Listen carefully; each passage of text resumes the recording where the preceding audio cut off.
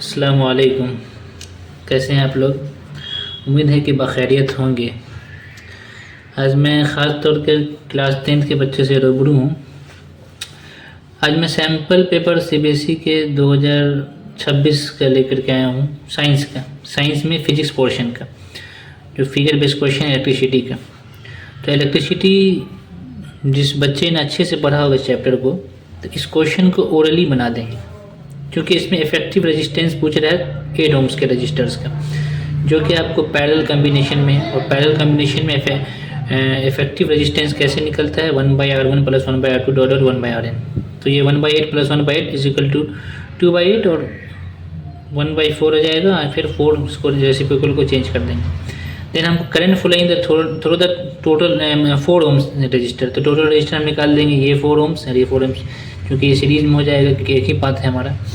तो ये 8 हो जाएगा और 8 को 8 से डिवाइड कर देंगे तो हमारा ये निकल जाएगा, ओरली बन जाएगा। लेकिन जिन बच्चों ने हल्के में लेकर पढ़ा है चैप्टर को, तो इस फिगर को देख करके उनको बहुत भारी भरकम समझ में आएगा। तो हुआ बहुत भारी है, लेकिन कुछ है नहीं। ये सवाल आपसे एक सर्किट दिया हुआ है, जिसमें आपको 8 वोल्ट का एक बैटरी है ना, और 2 एम्पेयर है, इसमें एमीटर है A1 और A2।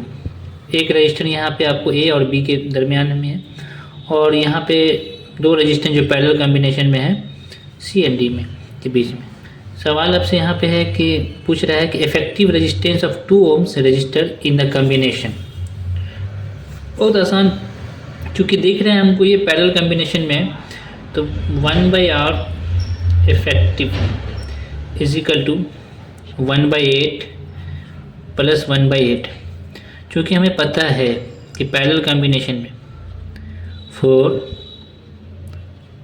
पैरेलल कॉम्बिनेशन में 1/Rp is equal to 1/R1 + 1/R2 dot dot 1/Rn होता है। चूँकि डिनोमिनेटर सेम है तो हम डायरेक्ट जोड़ देंगे, ये 8 हो जाएगा 1 1 2, और 2 से 8 कैंसिल हो जाएगा 1/4। तो R इफेक्टिव हमारा हो जाएगा 4m। ये तो हमारा आंसर निकल गया फर्स्ट नंबर क्वेश्चन। देन हमारे पास सेकंड क्वेश्चन कह रहा है current flowing through the 4 ohm resistors. अब इस 4 ओम रजिस्टर से जो करंट फ्लो कर रहा है, तो सबसे पहले मैं टोटल रजिस्टर निकालूँ। तो ये 4 ओम टोटल रजिस्टर्स RT कह सकते हैं इसमें, क्योंकि ये सीरीज में हो जाए, एक ही पाथ से गुजर रहा है, करंट हमारा एक ही रास्ते से गुजर रहा है, तो ये सीरीज कॉम्बिनेशन में हो जाएगा। तो ये 4 ओम, और ये भी हमारा अभी ये पोर्शन जो है वो, ये भी 4 ओम आया। तो 4 ohm is equal to 8 ohm. Total resistance हमारा निकल गया, और हमारे पास जो वोल्ट की वैल्यू है 8 वोल्टेज।